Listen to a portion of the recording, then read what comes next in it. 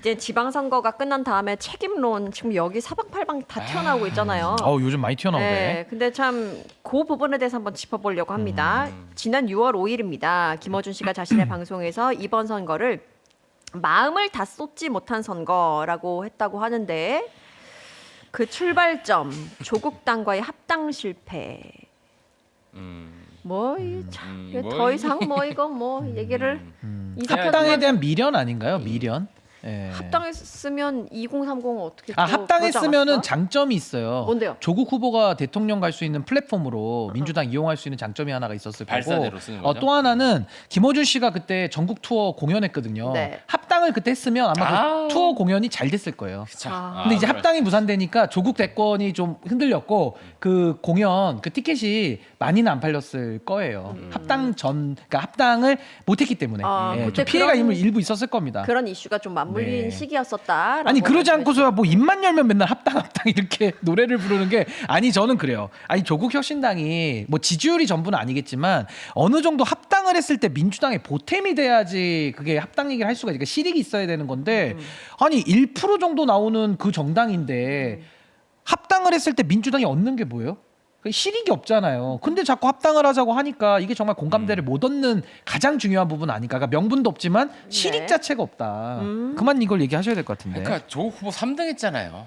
2등한 후보가 해도 이런 말은 설득력이 있을까 말까인데 그렇죠. 합당 얘기라는 게 어이가 없고 마음을 다 쓰지 못했다. 이거 되게 종교적 워딩이에요. 선거를 그래요? 뭐 마음을 이렇게 모아가지고 뭐 다 같이 힘을 모아 월드컵 4강 뭐 이런 게 아니잖아요. 그래서 이런 게 거의 이제 동굴 속의 부흥회가 되고 있는 거죠. 보유 속의 외침인 거예요.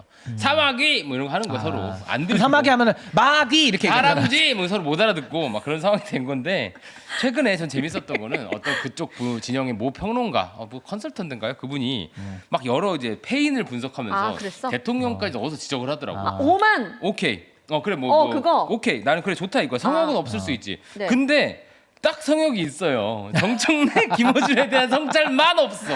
왜 그러지? 대통령까지 언급을 하면서 그것만 없어 페인에. 아니 뭘 이게 진짜 말이 안 뭘 되는 하청을 거지. 뭘 받아서 없나? 아니 왜 좀 그걸 하나를 얘기를 넣어줘야 우리도 좀 덜 민망하게 볼 거 아닙니까? 거기만 빼고 대통령은 넣어. 이건 안 되지. 못하지? 대통령보다 위네. 그러니까. 권력 서열은 위네. 그러니까. 그분들 기준에서는. 그러니까 그렇게 하니까 저분들이 참 지난 평택 선거가 참 간절했구나. 아니 그리고 저는 요 합당 얘기도 제가 한 말씀만 드리면 이게 참 뼈 아픈 얘기인데요. 뭔데요? 합당을 안 해서 졌다. 아니 그럼 서울시장 선거는 1대1 양자 구도로 붙었는데 합당 이슈가 무슨 상관이 있습니까? 그리고 심지어 부산 북구 갑은요. 네. 민주당은 단일 후보를 냈고 민주당 한 명밖에 안 나왔으니까 하정 후보 나왔고 오히려 보수가 분열돼 있는데도 졌거든요. 네. 그럼 이거를 합당을 안 했기 때문에 졌다라고 선거를 평가하려면 그러네. 부산 북구랑 서울시장은 어떻게 설명할 거예요? 네. 그리고 전재수 시장은 이겼잖아요. 합당을 했기 때문에 이긴 겁니까? 그러니까 이게 합당이라는 거는 전혀 그 종속 변수나 어떤 그 선거에 영향을 미치는 변수가 아닌데 이걸 본인들의 미련 때문에 자꾸 끌어들여가지고 합당을 안 해서 진 거야라는 서사를 만드니까 이분들의 논리가 점점 더 갈라파고스화되고 맞아. 국민들로 하여금 도대체 이게 무슨 말을 하는 거야? 마치 조국 후보가 내가 원내에 들어가면 합당에 앞장서겠다. 그때 사람들이 다 어리둥절했거든요. 아니 도대체 저게 무슨 말이야? 네. 다 그랬거든요. 그러니까 저는 이분들 정말 문조털레유로 상징되는 분들이 정말 이제는 그 논리의 기본도 갖추지 못하는 지경까지 이제 가버린 거 아닌가. 매우 안타깝습니다. 정말 이번 지선에서 마지막 난동을 지금 부리시고 계신데 전당대회 때 더 이제 마지막 라스트 댄스를 하실 것 같아. 사실 그래서 이쪽 저들과 달리 소위 친명, 누이제명 혹은 새로운 그 중도 실용으로 나아가고 싶은 진보 진영 지지층들은 네. 논리와 확장적 태도로 그쵸. 우리 가야 된다. 우리는 막 조롱 안 합니다. 비판하고 그러는 거지. 저들처럼 이제 눈 가리고 아웅 안 해야겠다는 다짐이 생기더라고. 완전 좀 아주 기반이야. 좋은 이권자. 말씀이에요. 난 그냥 하나만 궁금했어요. 이게 저쪽에서 보면 사실 조국 후보를 밀었었잖아요. 누가 봐도 조국 세게 후보를 밀었지. 밀었잖아. 네, 조국 네. 후보를 지지하고 그런데 조국 후보가 3등 했잖아요. 그러면 지금 우선시 돼야 될 것은 조국 후보가 왜 3등을 했는지를 분석해줬으면 좋겠다. 그치. 나는 그런 생각인 거야. 현명한 말씀이네요. 왜냐면 조국 후보에 집중했으니까 지방선거가 끝난 다음에도 조국 후보한테 집중해줬으면 좋겠다예요. 왜 표를 들어뒀을까? 왜 3등인지 네. 실패의 원인을 좀 분석해줬으면 좋겠다. 근데 그게 아니라 2등한 김용민 후보, 2등한 민주당이 왜 1등을 하지 못했는지를 분석하고 계시니까 난 그게 조금 갑자기 다른 스탠스다라는 생각이 드는 거죠. 그러니까 이제 이분들은 늘상 그 꼴대옮기기라고 하죠. 그냥 이 말했다 저 말했다 그냥 그날 기분에 따라서 이제 본인들의 메시지를 거의 김어준 씨에게 종속돼 있다고 봐야 되겠죠. 김어준의 생각으로 이제 다 정리를 해내는 건데 저 우리 묘리님 말씀하신 대로 아니 본인들이 조국 후보를 좀 밀 수 있다고 봐요. 정정당당하게 밀면 미는 거고 밀었는데 당선이 안 됐으면 왜 조국 후보가 3등을 했나? 저는 거기에 대해서 많은 이유가 있겠지만 그 중에 대표적인 거 하나는 캠페인이 이상했어요. 그 캠페인이 뭐가 이상했냐? 어떻게 네거티브만 합니까? 그 네거티브라는 것도 뭐 검증일 수도 있겠지만 오물이라는 단어까지 쓰면 할 말 다 한 거고 두 번째는 조국 혁신당의 당의 후보가 3번인데 본인들의 정체성을 이야기하기는커녕 오히려 더 1번 민주당스럽다라는 캠페인을 하니까 이런 기괴한 선거는 국민들이 처음 보는 거거든요. 거기다가 조국 후보 자체가 조국 혁신당의 존립의 근거 자체를 아예 없애버렸어요. 합당한다는 거 아닙니까? 네. 그러니까 이거는 앞으로도 이제 조국 후보의 대권 가도도 먹구름이 꼈지만은 조국 혁신당도 더 이상 이제 존립의 이유와 근거가 스스로도 납득이 안 되는 지경까지 가버린 거 아닌가? 전 이걸 페인이라고 보는데 저분들은 이런 얘기를 잘 안 하시더라고요, 제가 보니까. 그러니까 피코야. 피해자 코스프레. 순교자가 되길 바라는. 저번에 이런 거 아니냐? 네. 그렇게 하면 발전이 안 되잖아요. 발전이 그러게나 없죠. 말입니다. 아이고 앞으로 근데 어떻게 될 거라고 보세요? 지금 사실 나는 조금 지겹거든. 그냥 계속 막 문조털레유라는 이야기를 계속 이렇게 꺼내 할 수밖에 오면서 없는. 이런 상황 그 지방선거 이후 물론 전당대회라는 것이 기다리고 있지만 이 사람들 우리가 지금 뭐 비판하는 사람들의 말 한마디 한마디 다 갖고 와가지고 맞아요. 얘기하는 게 저는 조금 약간 좀 피로해요. 근데 보시는 분들은 어떻게 생각할지 모르겠어요. 근데 민주당 안에서 이 정도의 전선과 싸움이 일어나는 게 처음이에요. 그쵸. 전 되게 귀하다고는 생각해요. 우리가 여기서 지치면 안 돼. 그래서 그분들이 얼마나 어떤 사고 방식으로 어떻게까지 얘기하고 할 수 있는지에 대해서 우리가 목격하고 얘기해야 될 필요는 있을 근데 것 같아요. 저는 기회가 없어. 이런 비유를 해보고 싶어요. 아까 대통령님께서는 성문을 더 열어야 된다 그 말씀하셨잖아요. 네. 근데 지금 문조털레유라는 분들은 어. 항상 와가지고 대통령님이 성문을 열어놓으면 이분들은 와서 성문을 잠그고 또 열쇠 장치까지 더 걸어 잠그는 분들이에요. 그 우리 같은 사람들이 할 일은 뭐냐? 그 남산 가셔가지고 자물쇠 이거 막 그 철거하는 분들 있잖아요. 막 우리의 사랑 영원해 이래가지고 자물쇠 잠궈놓으면 때때마다 가서 그거 철거하시거든요. 왜냐면 너무 많이 달아놓으니까. 그래서 저는 그 마음으로 철거하는 심정으로 이분들이 걸어 잠근 시정 장치를 또 한 번 제가 잘릴 수밖에 없다. 물론 번거롭죠. 번거롭고 피곤하고 이제 질리는데 질려도 어쩔 수 없어요. 이 성이 이재명 대통령이 문을 열고 더 국민 통합의 길로 나아가고자 하는 거에 대해서 이분들이 방해, 회방, 간섭을 하고 있기 때문에 저는 이 간섭, 방해, 회방 100번 하면 제가 110번 막을 거고요. 1000번 하잖아요. 내가 1100번 막을 거야. 그 저는 지루하거나 지치거나 피곤하지 않고 네. 끝까지 맞서겠다. 이거는 이재명 정부 성공과 대한민국 성공이 연동돼 있기 때문에 전 어쩔 수 없는 불가피한 일이다. 지금 댓글에서 신인규 변호사 보고 철거 용역 업체 뭐 저 가서 철거하는 다 자르면 이거 다. 예. 시건장치 또 잡아놨네. 예. 이렇게 다 잘라줘. 제가. 그건 저는 그래가지고 굉장히 지쳐 있는 상태였고 지칠만은 앞으로 하죠. 어떻게 네. 되나 막 이런 생각을 하고 있을 때 대통령 쇼츠를 본 거예요.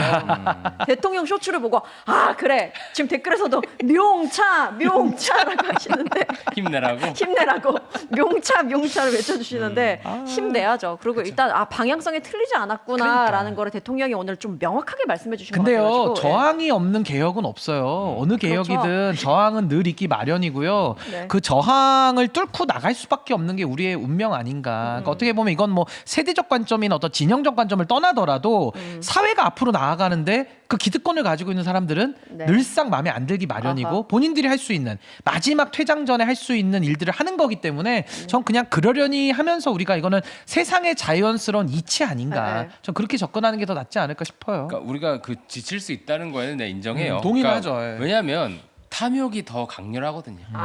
그 탐욕이. 근데 탐욕이 있어야 되는데 인간이 말이야. 그렇죠. 근데 이제 우리는 일종의 좀 대응하는 거였잖아. 초콜릿의 힘은 세. 사실 먹을 거 없나 이런 마음으로 했으면- 나한테 떨어지는 거 없나라고 했으면 내가 지치지 않았어. 더 열심히 했겠지. 근데 우리는 이거 아닌 것 같은데요 하다가 뭐야 너 아니잖아 이러면서 들어온 케이스이기 때문에 참 그 김어준 씨가 좋아하는 말이에요. 불법은 성실하다. 그런 것처럼 불법이라는 얘기는 아닙니다. 예. 어쨌든 그분들이 더 탐욕적이기 때문에 더 열심히 하고 계실 텐데 네. 저는 이런 방식이 우리 여기 계신 분들 12,000명이나 오늘 많이 오셨는데 네.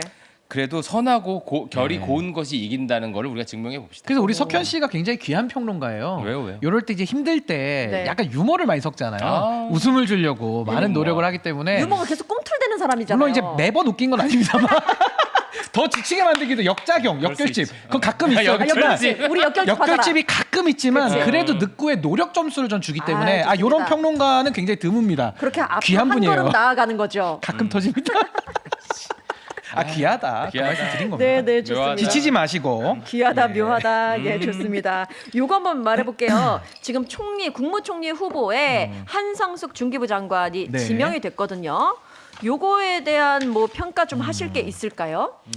사실 정성호 장관 얘기 있었고 강훈식 실장도 있었고. 강훈식 실장 얘기 있었는데 한성숙 총리 후보가 됐네요 지금 내정자. 근데 이거는 이제 예상 밖의 인선이다라는 평가가 많은 아, 것 같고 그래요? 뭐 한성숙 총리 후보자가 이제 여성이라는 점도 하나의 어떤 뭐 상징성은 있는데 저는 그런 성별의 관점보다는 아무래도 한성숙 후보자가 그동안에 중기부 장관으로 모두의 창업 그러니까 정말 이 경제 성장과 AI 대전환에 일조를 네. 했던 그런 장관이기 때문에 저는 대통령님께서 이런 산업 구조의 대전환과 관련된 어떤 민생 퍼스트 이 정신을 실용주의에 입각해서 이어가겠다라는 네. 전 확고한 의지의 표현으로 보이고 하나만 더 추가하자면 사실 지금 민주당 전당대회가 뜨거울 수밖에 없다라는 건 모두가 다 예상을 하고 있잖아요. 네. 그런 차원에서는 대통령님께서는 조금 이번 총리 인선은 비정치인 출신을 통해서 이 당권 경쟁 구도가 너무 빨리 시작되는 부분을 좀 사전에 좀 차단하고 조금 더 내각은 내각에 할 일에 더 집중하겠다라는 그런 메시지가 담긴 거 아닐까 네. 저는 그렇게 분석해 봅니다.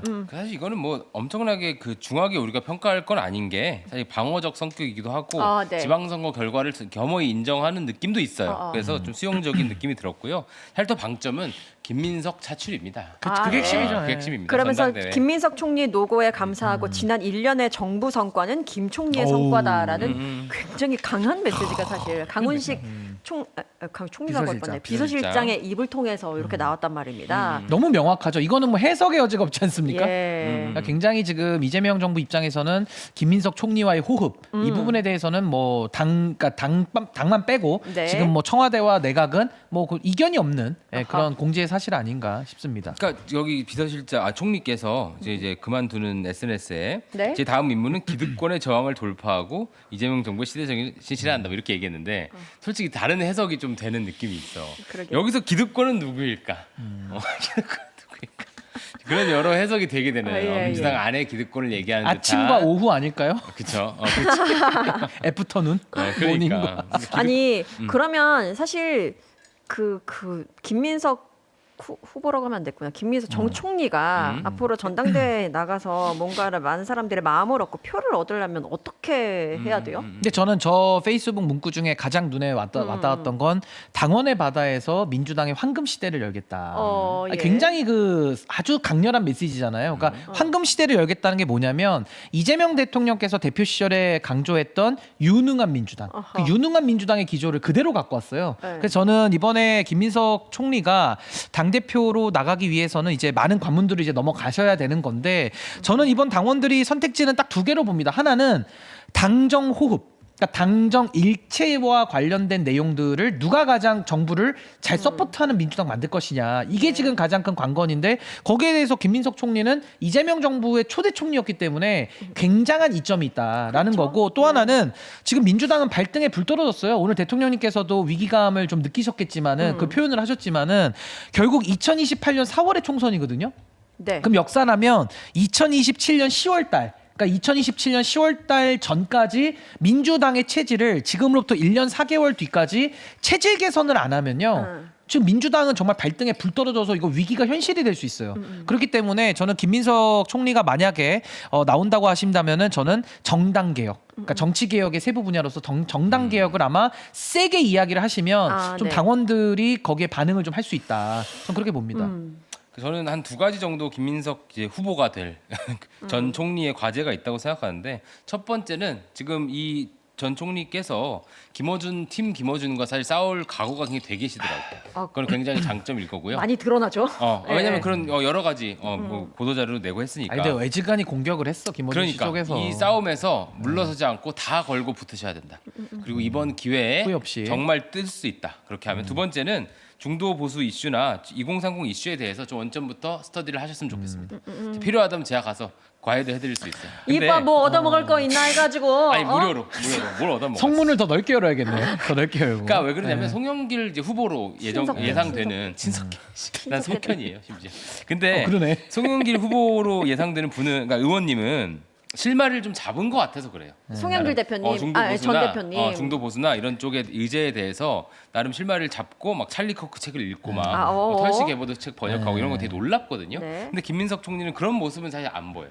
그래서 저는 그 두 분이 좋은 노선 경쟁을 이번 했으면 좋겠는 거예요. 아하. 그러려면 한쪽 여기서도 김민석 총리도 좀 그런 식으로 스터디가 쫙 빨리 되셨으면 좋겠다. 아니 근데 이번에 당대표 선거에 많은 분들이 나설 것으로 예상되긴 하더라고요. 뭐 우리가 지금 거론하지 않은 어떤 다른 뭐 소소하게 또 뭐 준비하시는 분들 계시더라고요. 뭐 아니요. 당선은 아니더라도 출마를 목표하는 분들. 우원식 국회의장 얘기가 나오더라고요. 그래가지고 근데 국회의장 하셨는데 나올까? 그건 조금 말입니다. 조금 난 이제 조금 아닌 서열이 것 같은데? 어색하지. 네, 그죠. 그런 이야기를 네. 오늘 방송에서 누군가도 하셔가지고 들고 잘 모르겠습니다. 아니, 근데- 김용민 의원도 나가시잖아요. 김용민 아, 그래요? 의원. 네. 어. 뭐 김한규 의원 얘기도 좀 나오고. 그러니까 그런 분들은 뭐 아무래도 이제 체급을 좀 높이기 위한 출마로 보여지고 저는 이 말씀 꼭 드리고 싶어요. 이번 지방선거와 재보궐선거 결과를 보면서 놀라신 분들이 많지 않으실까요? 저는 많은 분들이 놀라셔야지 이게 정상인 선거라고 생각하지. 압류. 이번에 봤는데 나는 아무렇지도 않고 우리 이긴 것 같은데 이건 좀 뭐가 문제가 있는 거예요 지금. 그렇죠. 그 진짜 진짜 그 문제가 심각해요. 그래서 저는 문제 의식을 느낀다면 핵심은 뭐냐? 선거의 핵심 이번 결과 결국 중도와 중도 보수 확장이에요. 그치. 제가 이 얘기를 왜 드리느냐? 대한민국은 일단 보수가 많습니다 숫자가. 그리고 중도 보수까지 확장을 이뤄내는 정치 세력이 다음 대선도 차지할 수밖에 없는 표 구조가 돼 있어요. 이번에도 서울시장 어떻게 이겼습니까? 그 중도 보수가 어디로 가느냐에 따라서 결과 바뀌는 거고 부산 북구도 마찬가지인 거예요. 그러면 이제 앞으로 이 중도 보수 확장을 세 세력이 노립니다. 첫 번째가 이재명 대통령. 네. 이재명 대통령의 중도 보수 확장이 진정성 있게 이제 받아들여지고 있기 때문에 민주당만 이 노선으로 따라오면 그 포션이 굉장히 넓어요. 근데 이제 또 누가 노리고 있냐? 오세훈 시장이죠. 그치. 오세훈 시장이 이번에 어쨌든 승리를 거뒀기 때문에 오 시장도 지금 관심을 갖고 있는 거고 한동훈 후보 세력. 그 세 세력이 지금 충돌하고 있어요. 근데 여기에 대해서 여기 지금 중도 보수 유권자들은 마음을 아직 완벽히 정한 게 아니기 때문에 저는 미래 비전과 국민들의 삶에 집중하는 정치 세력에게 저는 이분들이 마음을 열 수밖에 없다. 그러니까 저는 오히려 민주당의 체질 개선을 통해서 아주 더 적극적으로 저는 확장 노선을 가는 것이 이재명 정부와 민주당에도 훨씬 도움이 된다. 그 말씀 꼭 드립니다.